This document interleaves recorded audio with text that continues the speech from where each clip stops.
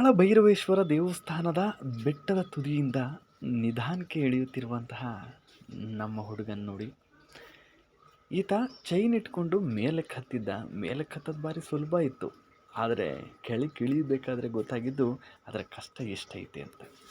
ನೋಡಿ, ಅವನೊಂದು ಹೆಜ್ಜೆ ಇಡಬೇಕಾದ್ರೂ ಎಷ್ಟು ಜಾಗರೂಕತೆಯಿಂದ ಇಡ್ತಾವನು. ನನ್ನ ನೋಡಿ ನಿವೃತ್ತಿ. ಮೇಲೊಬ್ಬ ನೋಡಿ ಇನ್ನೊಬ್ಬ ಶೂಟ್ ಮಾಡ್ತಾವನೆ. ನಾವು ಇದನ್ನೇ ಗಮನಿಸಬೇಕಾಗಿರೋದು. ಕಾಲಭೈರವೇಶ್ವರ ಬೆಟ್ಟದ ತುದಿಯಿಂದ ಹೇಗೆ ಇಳಿತಾವ್ರೆ ನೋಡಿ. ನಿವೃತ್ತಿಗೆ ಬಂದ ಇಳಿ, ಮತ್ತೊಬ್ಬ ಕಾಣಿಸ್ತಾನೆ ನೋಡಿ. ಶುರು ಮಾಡು. ನಿಧಾನಕ್ಕೆ ಇಳಿತಾವನೆ ನೋಡಿ. ಆ ಚೈನಲ್ಲಿ ಆ ಚೈನ್ ಇಲ್ಲ ಅಂದರೆ ಹತ್ತಕ್ಕಾಗೋದೇ ಇಲ್ಲ, ಮತ್ತು ಆ ಚೈನ್ ಇಲ್ಲ ಅಂದರೆ ಇಳಿಯೋಕ್ಕಾಗೋದೇ ಇಲ್ಲ.